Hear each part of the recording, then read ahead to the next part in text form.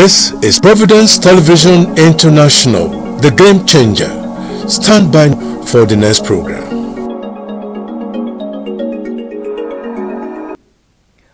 Welcome to the program, Thoughts and Visions of Dr. Emmanuel Egariba. My name is Ugbebo Ikekwa.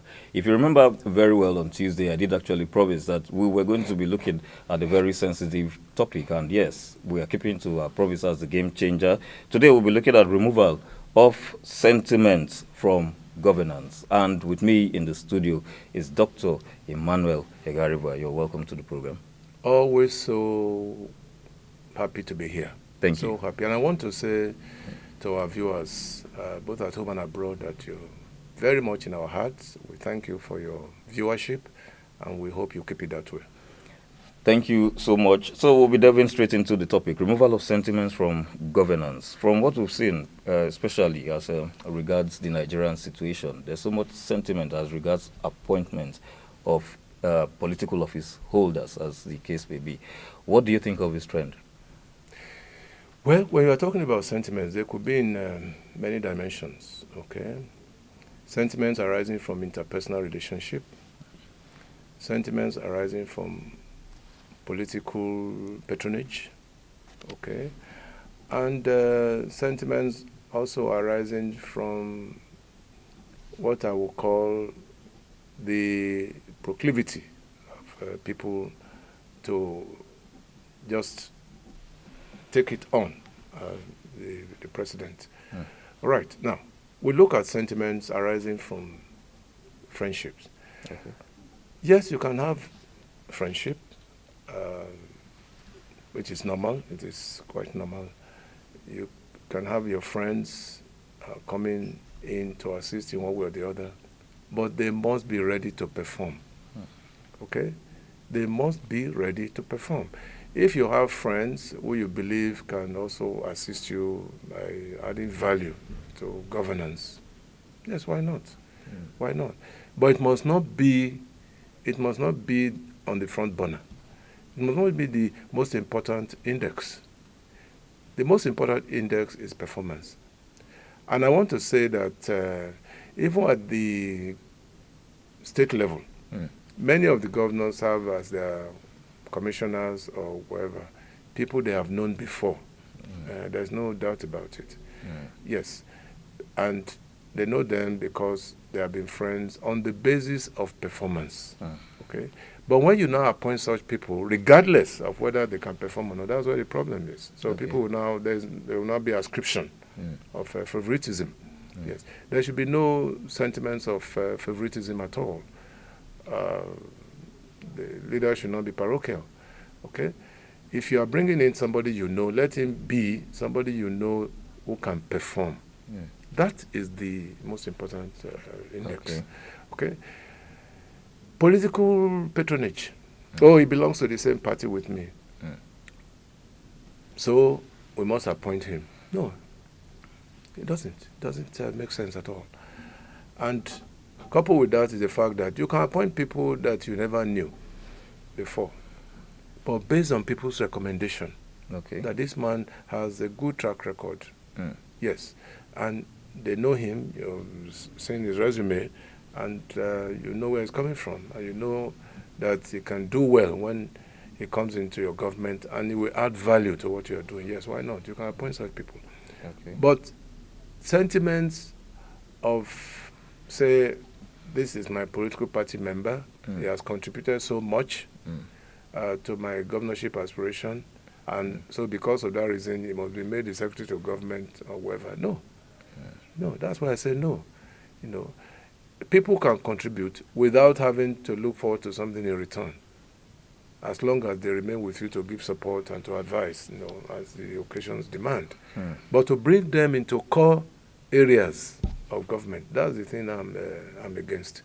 Yes, and you can bring in people from anywhere, from the academia, you know, from the business community, as long as they can perform. And if they don't perform, off they go. There must be this solid assurance, even before they're appointed, that, look, I give you, I mean, it's like what we call a moment of probation in public service. 3 months, 4 months. If you don't perform within this 3 months, you go. Okay. Yeah. But somebody does not perform well, and because of these sentiments that I've mentioned, you allow him to stay on and on and on and on for over a year. Okay. And you are just trying to manage such situations. There's nothing like that in governance. No, nothing like that at all, because it's a collective thing. And the danger in it is, if you allow somebody, I mean, for instance, you are the governor or the president, you allow somebody who is not performing according to the rules and according to your own expectation, and you continue to keep that person, it rubs off on you negatively. Okay. Because actually what happens is they will think that all of you are the same. That's why you are not performing. All right. Yes. There's this trend that has actually come up as regards, because it was when you mentioned performance, that brought me to it. A situation where we see either the governors of states or even the president taking so much time to appoint a cabinet. Yes, that's because it was never ready in the first instance. Oh. Because we have a period, we have a lacuna in between the end of the election and the swearing in. Okay. Yes. It happened to Buhari. Buhari, for 6 months, he could not appoint his ministers. He was still looking around and all that stuff. He was already sitting as the president 6 months after. And people were wondering, what kind of a president is this? Cannot appoint your ministers in 6 months. That's half a year. Yeah, I remember bringing this question because some adduced it at that time that he did not want to appoint anybody based on sentiment, because he said he was for nobody and all that. What did he do with 3 months in between? I have always said it, and this is true. Within that period, between your victory at the polls and the time you are sworn in, it's enough for you to pick your team. It's just enough. For anybody, really. It's enough for you to pick your team. I look forward to a time when a governor or president would announce on the day of his inauguration that this is my minister, this, for minister for information, minister for this, commissioner for finance, commissioner for water resources, on the day of swearing in. All you need to do thereafter is to submit their names to the legislature. But you will have picked them. Yes. And nothing is even wrong to mention their resume a little bit. Oh, this man has been this, has been this. That's the reason why I believe that you can join us to move this administration forward. Okay? It's the people are bound in this country, even among the states. They are bound. People that can use outside sentiments. Okay. Yes. And leaders in this country have been accused of such things, bringing in relatives, bringing in family members, and all of that. Absolutely unnecessary. Okay. Absolutely unnecessary. I want us to harp a little more on this issue of political patronage. This issue of political patronage is a situation where people have to fund an election. Most of the time, if this is removed, because we're saying that there should be no sentiment to that effect, how do people actually get their funding? How do political parties? That is where you know your true friends. Yes. Back in the U.S., for instance, you want to vie for governorship or even president, people will support you with no strings attached. Okay. Because they believe that you can deliver. I mean, it happened to Obama, his friend, even Clinton. President Clinton is able to influence gathered through the instrumentality of dinners, fundraising dinners and things like that. They will support you, that will believe in you, will believe in your capability, will believe in your capacity. They believe you. And they want to also add value. But in any case, people spend money for so many things during the election. Publicity is there, you print banners, posters, and these things cost money. Radio adverts, television adverts, okay? These things cost money. Tags, vests, caps, and things like that. Yeah. And people, by the way, also, I mean, we have seen it in this country. They say, look, please, Mr. XYZ, you are running for governor or for president. I will take charge of all the vests and all the caps with no strings attached. Okay. It doesn't mean that having done all of these things, you appoint them either as commissioners or ministers. No, it doesn't. It doesn't follow at all. Because I expect that most of these people have their businesses anyway. Yes. They are not looking for crumbs. They want to support you, and they want to support you legitimately. That's the way it is out there. Out there, it can happen here. Why? Why can't it happen here? You think we have the indices for that? Of course, yes. That has to do with national orientation. Okay. Yes, it has to do with national orientation. It has to do with integrity. Okay? There are so many businessmen in this country who will support a candidate for the fact that they believe in the capacity of that candidate. Yeah, there may not be too many, but they are there. Okay? Even at the state level, they are there. Okay? So you should be, I mean, any leader who wants to be governor, wants to be president, should be far removed from all these sentiments we're talking about. Okay. Family ties should be removed completely. All right. Appointments based on friendship without merit. No, that doesn't go well for us. If it's somebody you have known for over 20 years, you can vouch for him, yes, and he's ready to help, to lift up the banner of your administration, yes, why not? All right. As long as his performance is viable. Well, the program, Thoughts and Visions of Dr. Emmanuel Egariva, continues in just a moment. Don't go away. This is Providence Television International, the toast of today's television viewers. Don't be left out. Thanks for staying tuned. Continuing with our topic, removal of sentiments from governance. You mentioned national orientation. We've always talked about national orientation. Could you harp a little more on the role of national orientation in the removal of sentiments from governance? Yes, it's also sensitize the people. Proper enlightenment. That's why I said that the NOA, National Orientation Agency, they are not doing enough. They don't even know what is on their hands.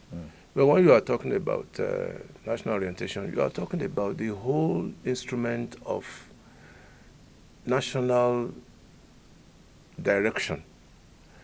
A country is going towards this direction, so you lead the people on that path and trajectory. That's what it is. Moral values, okay? Political awareness. These are part of it. And the National Orientation Agency should be able to say it loud and clear that yes, people who are coming on board should be people of integrity.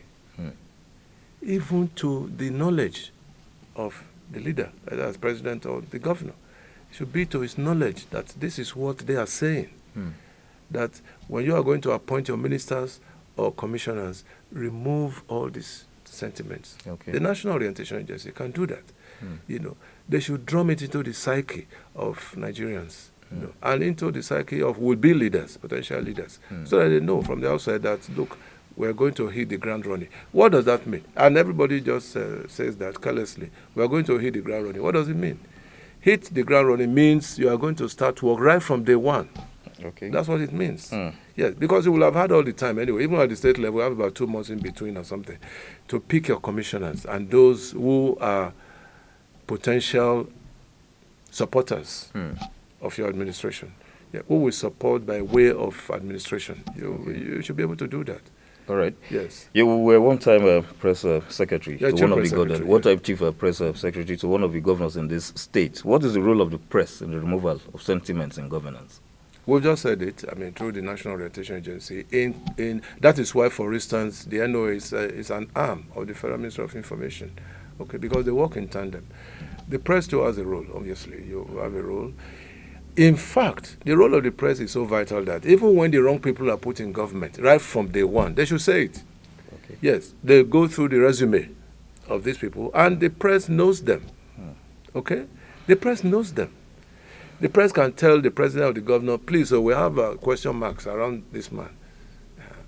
Because usually what happens is that, and I hate to see such things really, you call it into the National Assembly or even the State House Assembly, you call a man who wants to be appointed by the president or the governor, and he just takes a bow. Yes. Why? You don't grill him. The press has the duty to do that on behalf of the legislature. Okay. You grill him properly. That, look, yes, your name has been mentioned, but what are your track records? If the man has been doing things differently before and they know it, yes, why don't you tell the president? Okay. And the president or the governor could be oblivious of some of these issues. It is the duty of the press to bring them to the notice of the employer. The employer in this case is the president or the governor. Okay. Right. And these are appointed positions, by the way. They are not elective. So you can appoint somebody today and sack him maybe 1 or 2 months after, based on the information you are now getting. Okay. Yes. But usually what happens is that because the man has gone through the crucible, in quote, of the legislature, he's left there, even when he's not performing. Yes, he's left there, based on party affiliations and also, oh no, this is our party man, he played a big role in trying to garner votes and all sort of thing. What has that got to do with governance? I mean, governance is a very serious matter. Okay. It's a very serious matter. It's not a kitchen party. It's not. Exactly. And so let us look at, still based on sentiments, this issue of falsification of qualifications, as in falsification of certificates as regards being qualified for a position. It is overlooked, and then later, when it finally comes up... Yes. Exactly. In other words, they are not properly grilled. Okay. Because before you go in to take a bow, as they say, you must have gone through the crucible. Yes. You must have gone through the crucible to be sure. Because you see, when such things happen, they happen to dent the image of the administration. Yes, I can mention many, really. I mean, look at the case of this young woman who had issues with the NYSC. Yes. Yes, you remember? Exactly. Yes, I can't remember her name now exactly, but it happened. And eventually, she was removed. Yeah. Because there were pressures and pressures and pressures on that same administration. And many have happened. Many have happened. But we still have these cases, even with the supposed lawmakers, if you remember. Yes, because we are not doing things well in this country. We are not doing things well. The Constitution prescribes minimum standard, school cert, which in itself is wrong. If you are going to look at the Constitution again, that is wrong. Okay. Now, because you want to go over that, you begin to bring in all kinds of certificates. Okay, it just doesn't. Minimum standard, school cert. Yes, just that. Why must you now say things about what you are not? So it's very sad. It's very, very sad, and so it borders on forgery, impersonation, and all sort of things. So we must try to avoid them for true national growth. Okay, well, this has been quite enlightening. As usual, Thoughts and Visions of Dr. Emmanuel Egariva, we have, these are the kind of topics that we treat. I know that just before we leave, you have like one or two things to tell the public. Well, October 1st is coming. It's a moment of sober reflection. The federal government has said that it's going to be a low-key. I didn't expect anything less, by the way. It should be a low-key. But my prayer is that billions are not even spent to make it a low-key celebration. Okay, because you are telling us low-key, and then you have money flowing right, left, and center. No, that's not the kind of thing we anticipate. But introspection. I mean, we must, as a people, let us look at where we are 64 years after. Let us look at what we are, where we are, and where we are supposed to be. Certainly, the country as it is now is not where it's supposed to be. As a people, this is not where we are supposed to be. I want to give you a typical example. Look at Malaysia. Okay. Malaysia came here in the 60s or thereabout to pick up rubber seeds. Today, they are the leading exporter of rubber in the whole world. Nigeria has remained where it is. We must go back to agriculture. Now that we are 64, we must go back to agriculture. Let us not have a mono economy ruled by oil and gas. Yes, which is exhaustible, by the way. Oil and gas, oil will go one day. Okay? Advanced countries of the world are presently thinking of alternatives. They're already thinking of it. Okay? Western countries like Germany, United States, they're already thinking of it because they know that these things will dry up one day. We are still putting all our resources into oil and gas. Why don't we do a little bit of inward thinking? Okay. That, look, let's change the format. Let's diversify into agriculture. Remember, in those days, Nigeria was a major exporter of cocoa, rubber, all right, groundnuts, and so many other cash crops. Today, they are gone. They are gone completely But God has overblessed this country. I mean, and I think that is why we are even the way we are. God has overblessed us so much that we have all these resources. Look, I had I like to talk about this really. A few years ago, Nigerian Export Promotion Council, they engaged me here in Benin. I think the event was held at Motel Benin Plaza. Okay. Yes.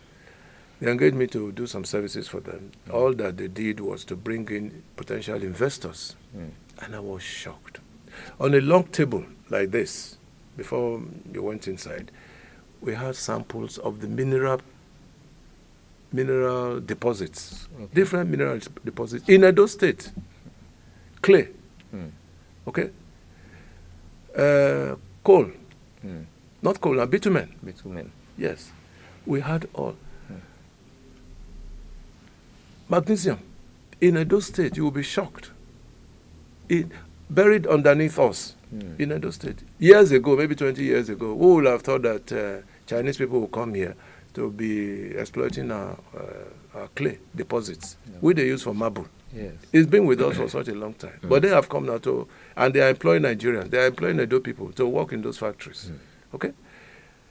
Huge deposit of clay. So what I'm saying is, on the table we had about 17, even gold. You will be shocked to know that gold can be found in Edo State. Yes. Are we not talking of Zamfara now? 20 years ago, whoever thought that gold could be found in large quantities in Zamfara? Very true. Yes. So we have the potentials. And I'm not even talking of Ondo State. I'm not talking of Ekiti. I'm not talking of Delta.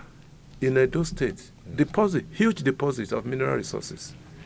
What that means is that we need to go back into the inner recesses of our minds to move out of this concept of, it's only oil and gas. Oil and gas is not the issue. It's not the only issue, particularly at the federal government level. It's not the only issue. Let us go back to agriculture, because that's where all the action is. All right. Yes.